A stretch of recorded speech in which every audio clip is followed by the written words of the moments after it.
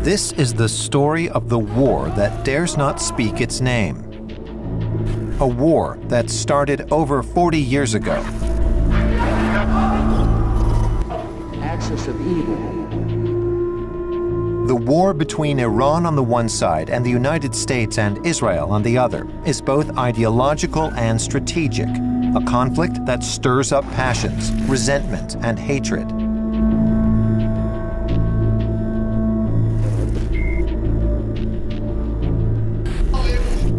To understand this potential return of barbaric violence, we must go back in time to unravel the tangled threads of tragedy and seek the elusive truths behind the dogmas and the certainties, and tell this story.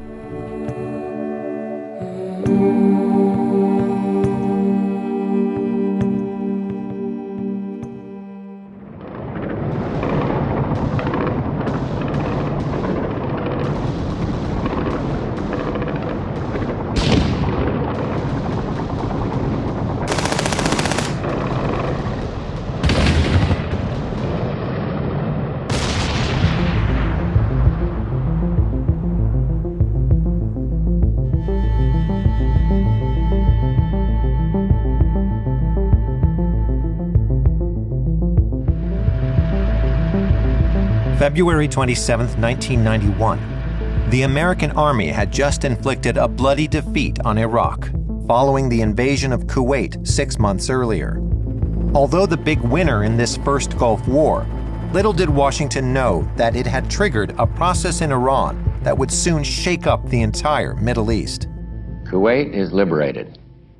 Iraq's army is defeated. Our military objectives are met. For President George H.W. Bush, the liberation of Kuwait was only the first stage of a much more ambitious policy. He wanted to build a new Middle East. After the victory in Iraq, he sought to make the Persian Gulf, whose oil wealth made it a particularly strategic region, more secure for American interests.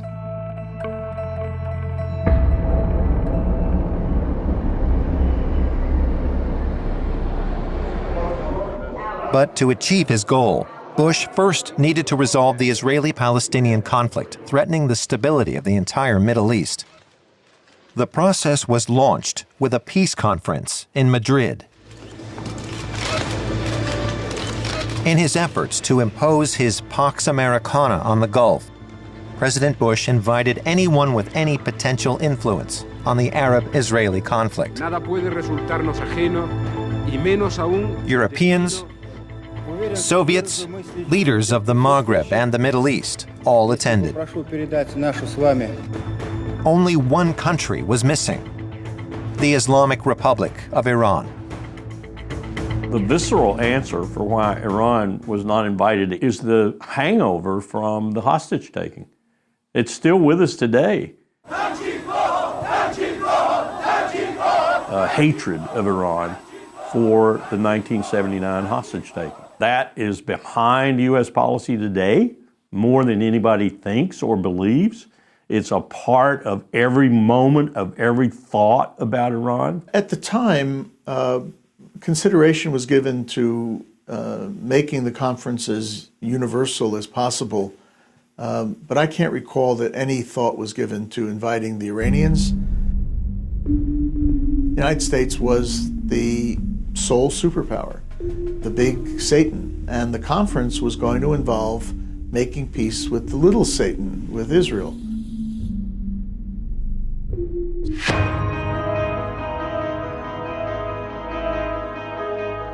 In Tehran, Iran's new leaders did not accept their country being outlawed. Since Khomeini's death in 1989, two figures in the Islamic Revolution had ruled the country. Ayatollah Ali Khamenei was the new supreme leader. A loyal follower of his predecessor, he was unbending in his refusal to compromise. Hashemi Rafsanjani was president of the republic. A wealthy businessman, he too was very close to the former supreme leader. He was a pragmatist and a realist. Both men opted for benevolent neutrality towards the Americans during the Gulf War. The Iranians did help the United States against Saddam Hussein in that war. They opened up a channel of communication. They allowed the U.S. to use Iranian airspace. The Iranians did this as a way of quietly supporting the United States. And they thought that after the war, they would be rewarded for it, and the reward would just be inclusion.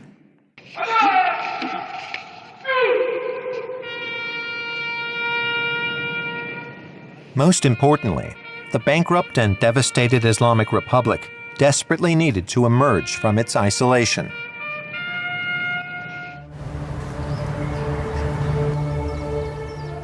Iran was still reeling from the interminable war against Iraq between 1980 and 1988, a devastating conflict that left 500,000 dead and deeply traumatized the country. The regime almost collapsed. Moving forward, as well as protecting its borders, Iran desperately needed to modernize. Rafsanjani's priority was rebuilding, because he thought, and I think he was right, that the most important thing is rebuilding the ravaged economy. So he began normalizing relations with anyone who he could. He began talking about normalizing relations even with the United States. That time there were two schools of thought in Iran. One was saying, don't trust Americans. They are cheating, they are lying, and they would deceive you. And the other, like Rafsanjani himself said, we are not going to lose anything. We would show our goodwill. If they don't, then everybody in this country and beyond, they would know Americans are the guilty part, not the Iranians. For Iranian leaders, the Madrid conference was proof that the Americans were in no way seeking a thaw in relations. Would this Pax Americana, based on Arab-Israeli reconciliation, be turned against them and their interests? I think a conclusion they may have drawn from the failure to be included in Madrid is not just that they may not be able to trust the U.S. I don't think they had much trust to begin with. I think it's a conclusion that they drew that if they're not problematic enough, they will be ignored. If they have the power to be able to show that they can create problems, then the U.S. would have to deal with them. خیال نکنن قدرت‌های فراملیتی یا تبعشون در این منطقه که می‌شود ایران را ناامن کرد و منطقه را برای دیگران امن نگه داشت. نخیر، این خواب و خیالی بیش نیست.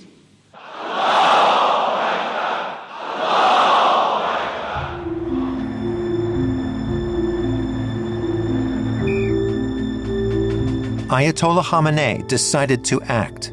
2 weeks before Madrid, he organized his own conference, dedicated to supporting Palestine. The supreme leader managed to bring together the representatives of some 60 movements from very diverse ideological or religious backgrounds. In attendance were revolutionaries, nationalists, and Islamists. دراسة نهج الإمام الخميني قدس سره ونظرته القوية والحكيمة بالنسبة لأمريكا حيث يرى فيها القوة الشيطانية التي تلعب بمصائر الشعوب. All of them expressed a rejection of American domination in the Middle East, rejection of the occupation of Palestine, and rejection of the State of Israel.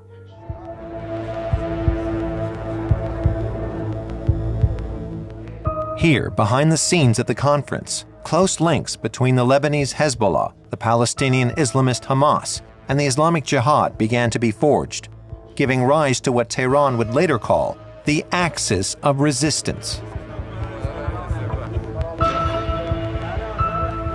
This axis very quickly became a target for the United States and Israel.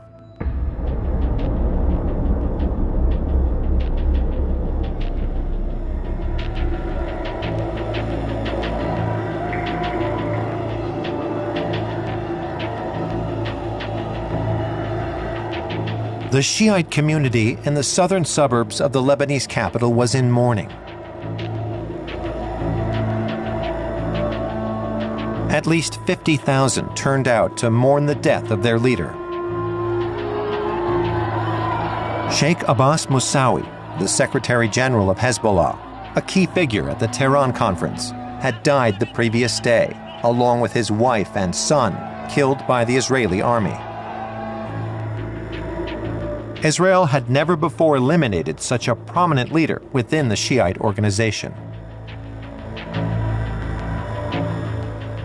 There's no question that our capacity to defend ourselves and their capacity to attack us have changed dramatically. We will be able to defend ourselves better. They will be able to hit us not as effectively because the organizing brain has been removed.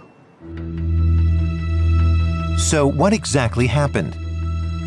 In early 1992, faced with the kidnapping of its soldiers in southern Lebanon, Israel decided to seize key members of Hezbollah to carry out a prisoner swap. Sheikh Musawi was a prime target. On February 16th, military intelligence was informed that the Shiite leader was about to drive to a village in southern Lebanon to attend a ceremony. They decided to have him followed by surveillance drones. He arrived in the early afternoon, according to plan. Oblivious to the fact that his every movement was being monitored by Israeli intelligence.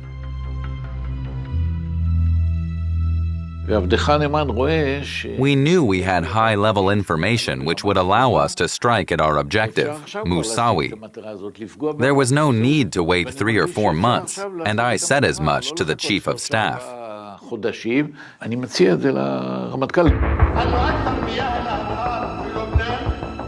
Rather than kidnapping Musawi, Yuri Sagi advocated eliminating him.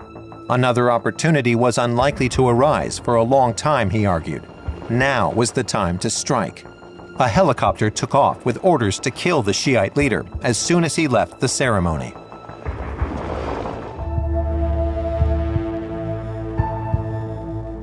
Shortly before 4 p.m., Musawi's Mercedes was engulfed in flames. The sheikh, his wife, and son were killed instantly.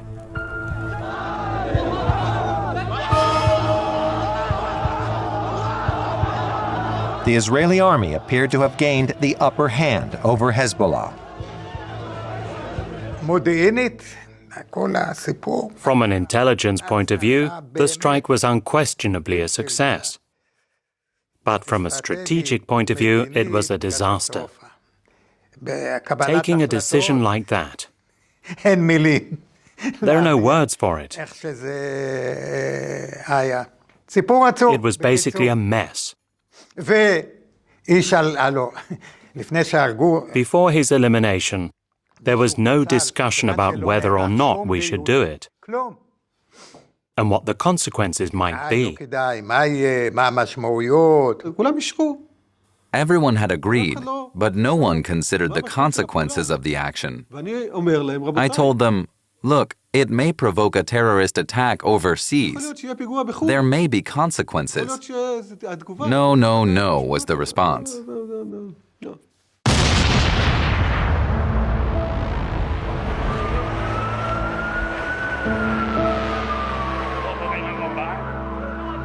A month later, on March 17, 1992, a car bomb exploded in front of the Israeli embassy in Argentina. 28 people were killed, with 250 injured. Islamic Jihad claimed responsibility for the attack. But in Israel, many saw it as a direct response from Hezbollah and Tehran to Musawi's assassination.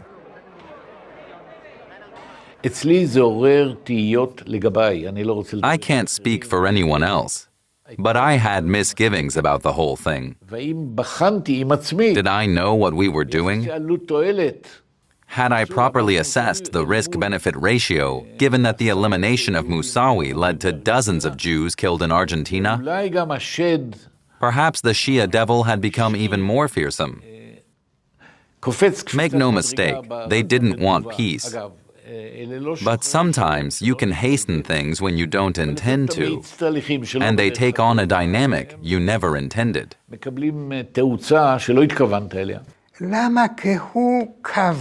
It was decisive. It initiated something new in our relationship with Hezbollah and in our relationship with its leader, Iran. Because in actual fact, we had directly hit Iran.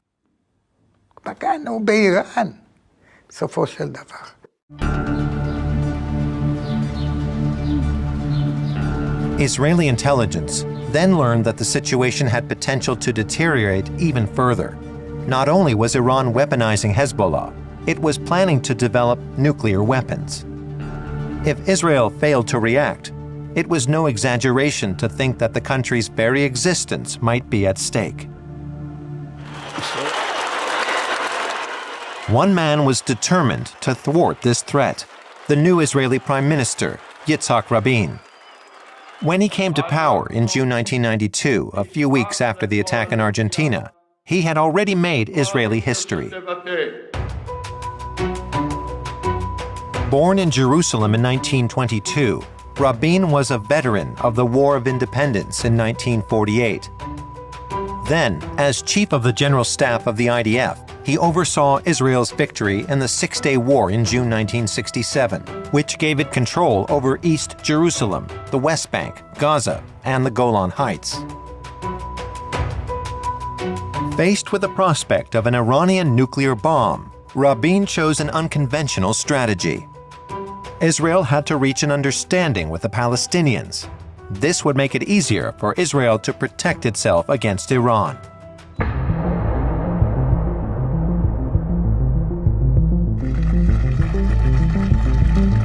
It was an historic and enduring image. After months of secret negotiations, Rabin agreed to the Oslo Accords at the White House with the man he had always called a terrorist, PLO leader Yasser Arafat. For the first time since the creation of the State of Israel, a genuine peace process was underway between the Israelis and Palestinians. The children of Abraham, the descendants of Isaac and Ishmael, have embarked together on a bold journey. Together, today, with all our hearts and all our souls, we bid them shalom, salam, peace.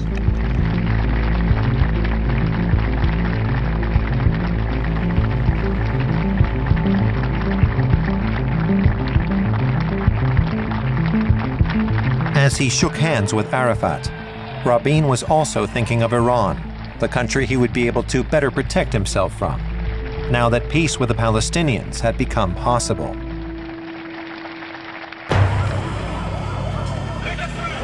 Three weeks later, however, a bus exploded near an Israeli settlement in the West Bank. Hamas claimed responsibility. Then, an Israeli settler committed a massacre in Hebron. Further tragedies followed. Extremists from every side did their level best to thwart the peace process.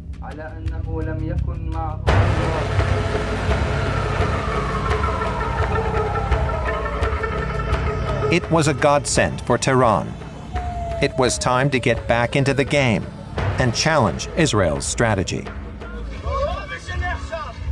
Iran has never been in the favor of peace process, I tell you very openly, very frankly, very sincerely, because from the day one, Iran believed Israel is after cheating. And Israel is not ready to accept the rights of Palestinians. Iran was convinced from the day one, and since 100% was convinced this is a plot to kill the time and to kill the wishes and the dreams and the rights of Palestinians, Iran was not ready to accept it.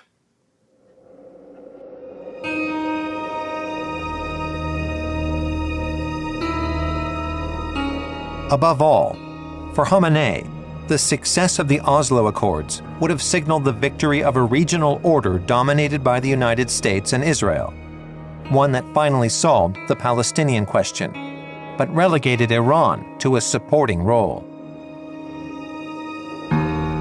So to re-establish his country as a key player, the Supreme Leader decided that the covenant sealed during the Tehran Conference of October 1991 must be translated into action. To that end, he stepped up support for the Palestinian Islamist movements, Hamas and Islamic Jihad. Iran is responsible, with the other extreme Islamic groups, for the setup of international terror. And in addition, Iran tries to build military capability, conventional and non-conventional. The specter of an Iran armed with weapons of mass destruction and the missiles to deliver them haunts not only Israel, but the entire Middle East, and ultimately all the rest of us as well. The United States, and I believe all the Western nations, have an overriding interest in containing the threat posed by Iran.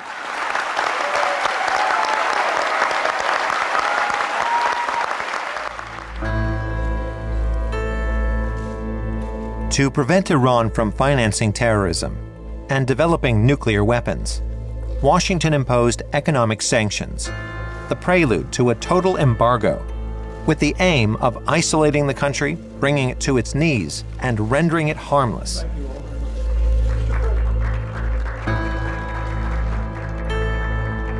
However, it would not be Tehran behind the tragedy that was soon to strike at the very heart of the United States. A tragedy with such symbolic and political significance, it would usher in a new era for the entire Middle East.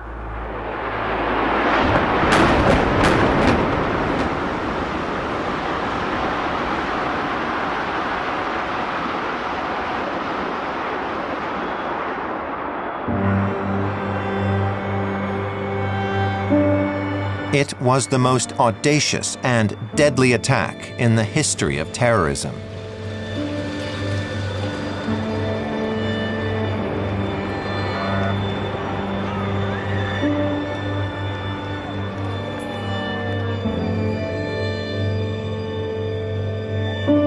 Faced with nearly 3,000 casualties, it was clear to the United States that its real enemy was not the Shia Islamism of Iran and Hezbollah, so much as the Sunni radicalism embodied by al-Qaeda and its Saudi-born leader Osama bin Laden.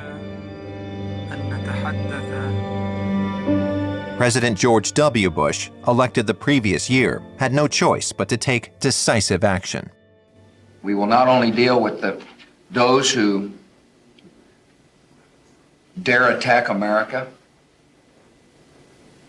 we will deal with those who harbor them and feed them and house them. Make no mistake about it. Underneath our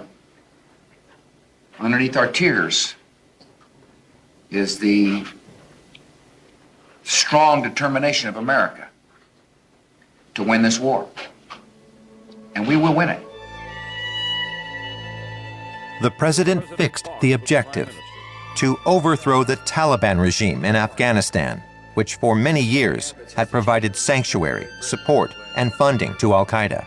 Secretary of State Colin Powell was tasked with preparing the ground before the offensive. Having served as chairman of the Joint Chiefs of Staff during the First Gulf War, and as a moderate in an administration full of neoconservative hawks, he understood that his country needed to act with the help of an unexpected partner. I was asked by Colin Powell, the Secretary of State, to take on the responsibilities initially for working with the Iranian opposition to form a successor government to the Taliban. I recognized that I needed to talk to the countries that had been supporting the Afghan opposition. I made clear that I thought I needed to talk to Iran as part of my responsibilities, and Colin Powell agreed.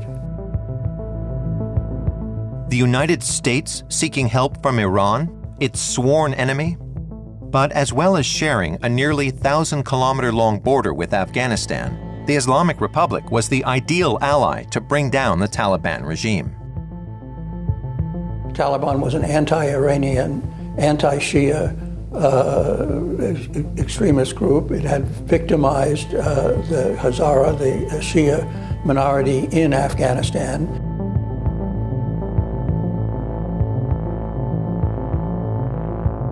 The Iranians themselves almost went to war with Afghanistan in 1998 after the Taliban struck the Iranian consulate in Mazar-e-Sharif and killed roughly 10 Iranian diplomats and a journalist. So the Iranians have deep animosity and enmity with the Taliban.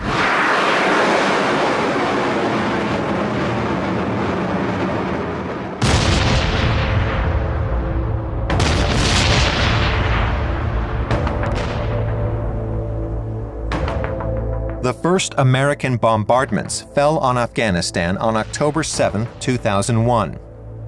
Operation Enduring Freedom had begun.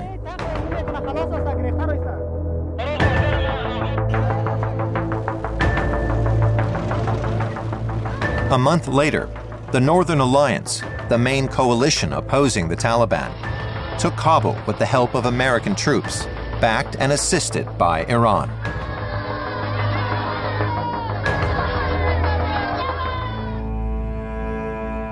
The most pressing concern now was to build a new Afghanistan.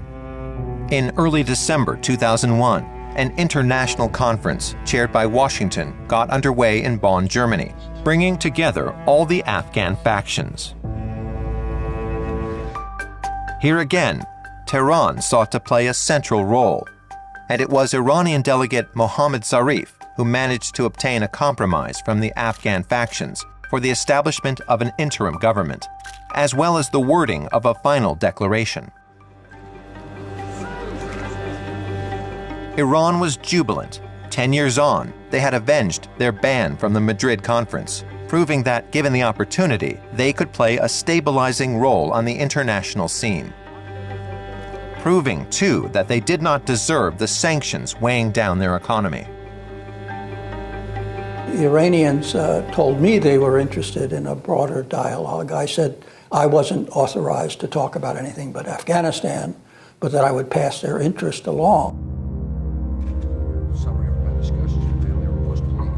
The message went nowhere. In post-9/11 America, the advantage was firmly with the neoconservatives, Vice President Dick Cheney and Defense Secretary Donald Rumsfeld, for whom the collaboration with Iran was only a tactical and thus temporary arrangement. Dick Cheney and Donald Rumsfeld took over the process. Every time Iran would be a policy agenda item on the National Security Council's list, Dick Cheney would make sure it came off. So by making the system dysfunctional and by not having a discussion on Iran, there never was. The decision was by default, we don't talk to evil, which is what Dick Cheney said. Mr. Speaker, the President of the United States. The devil then was Iran. But it was also North Korea, and especially Saddam Hussein's Iraq. Thank you very much. States like these and their terrorist allies constitute an axis of evil, arming to threaten the peace of the world. By seeking weapons of mass destruction, these regimes pose a grave and growing danger. The United States of America will not permit the world's most dangerous regimes to threaten us with the world's most destructive weapons.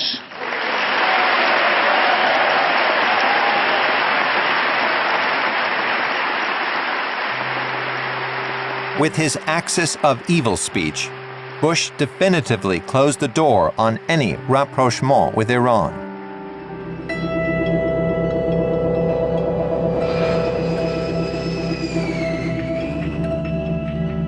By May 1st, 2003, the first objective had been achieved. By crushing Saddam Hussein's regime, George W. Bush put an end to the campaign initiated by his father in 1991 during the first Gulf War. He basked in the victory among his troops. Nothing, it seemed, could stand in his way. Obviously, when the United States invaded Afghanistan and then invaded Iraq, under false pretenses. And after lying about weapons of mass destruction in Iraq and lying about a relationship between Saddam Hussein and Al-Qaeda, the Iranians were concerned that the United States would try to destabilize Iran or invade the country.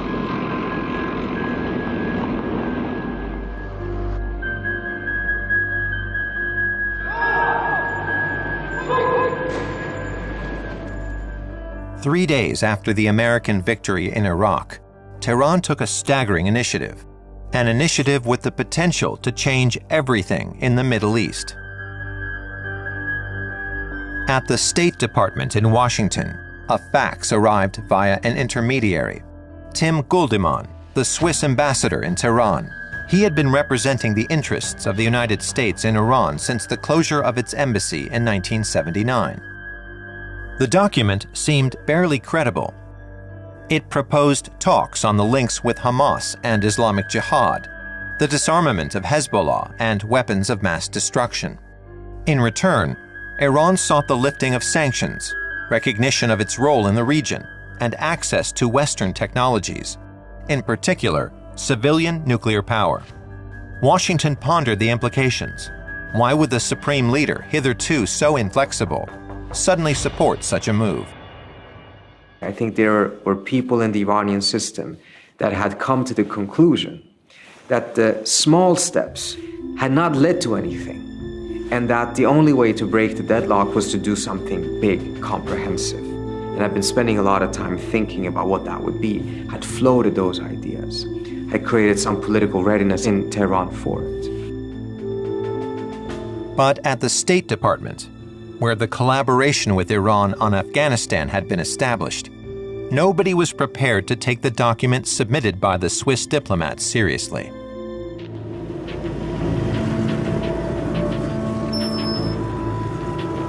After its exclusion from the Madrid conference and the discourse on the axis of evil, for Tehran, this new refusal to engage in dialogue was proof that Washington was still bent on effecting regime change in Iran.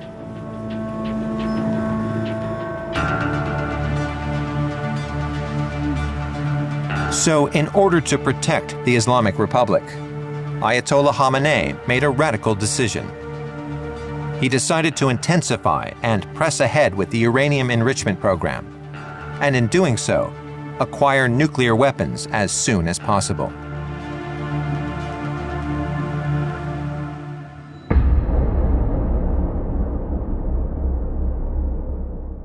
Today I want to extend my very best wishes to all who are celebrating Nowruz around the world, and I hope that you enjoy this special time of year with friends and family.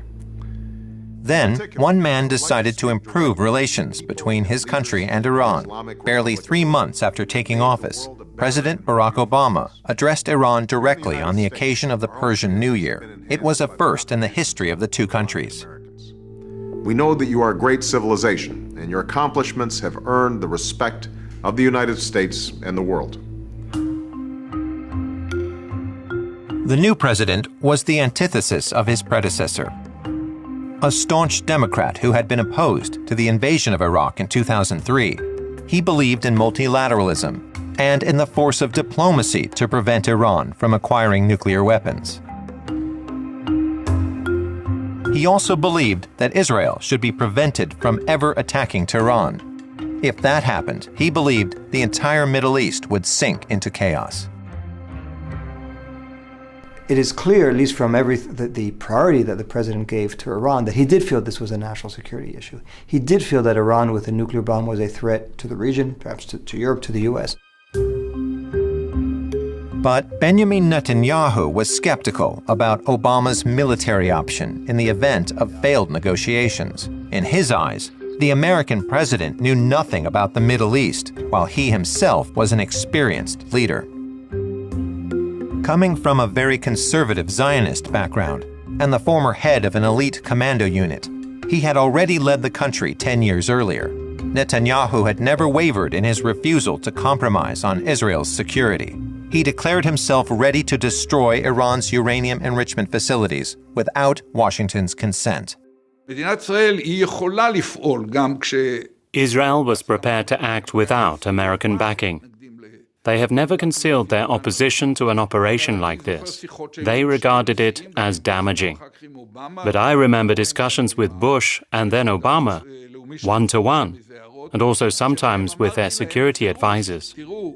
I clearly told them that when we reached a critical stage in terms of the security and future of the State of Israel and the Jewish people, we would not delegate responsibility to anyone else, not even to our closest allies.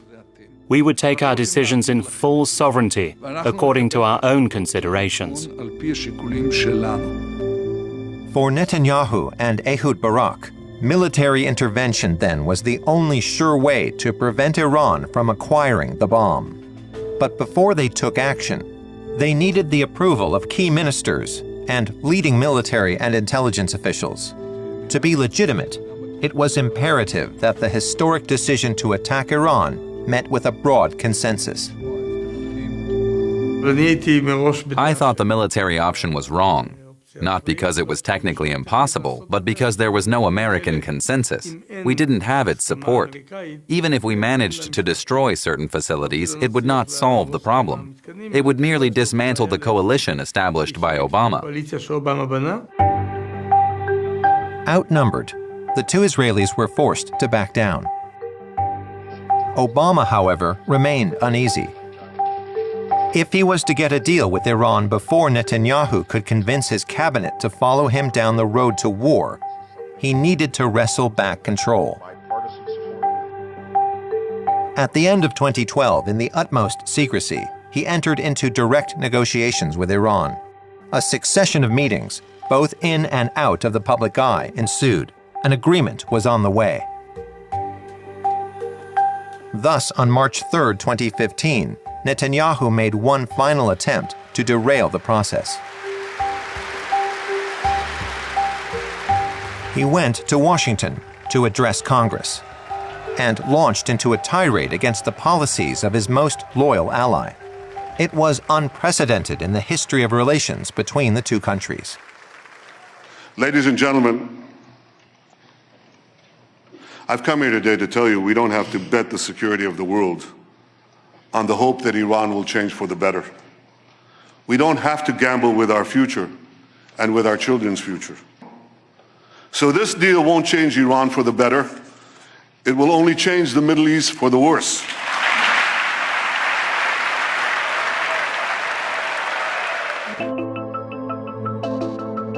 But the Israeli leader's maneuver proved to be futile, and his speech changed nothing. Obama won the day.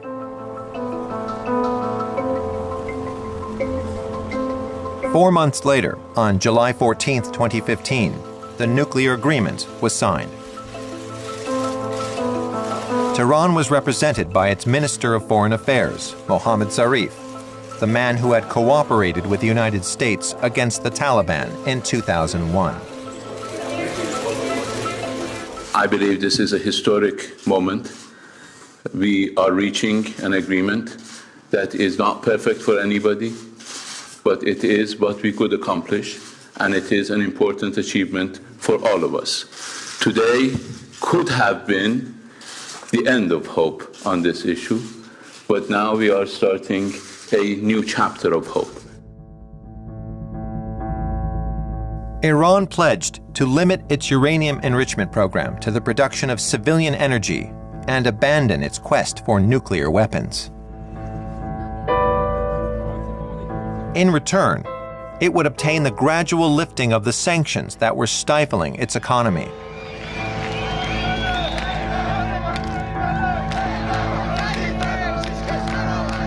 For the vast majority of Iranians, the agreement was a beacon of hope. Their country was finally ready to join the global community. For Netanyahu, it was a disaster. Strengthened and legitimized, the Islamic Republic was now inescapable in the Middle East. Israel was more isolated than ever. But this new dynamic between Iran and the United States would prove to be short-lived. If we do nothing we know exactly what will happen.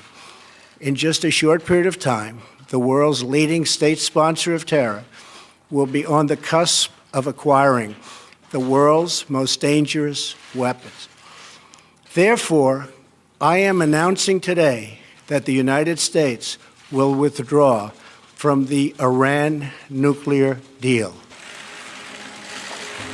This decision by President Trump marked the beginning of a new phase in the long history of relations between Iran on the one side and the United States and Israel on the other.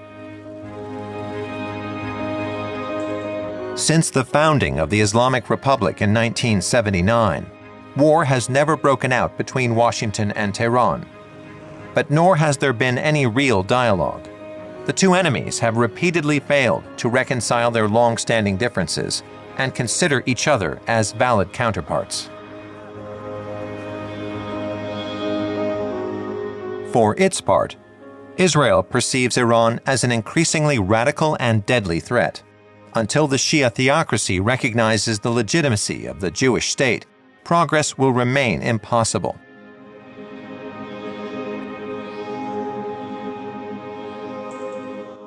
For over 40 years, the same deadly spiral of confrontation, intolerance, and hatred, with each side set upon destroying the other, intent upon opening one front after another, and thereby ruling out any possibility of dialogue and peace.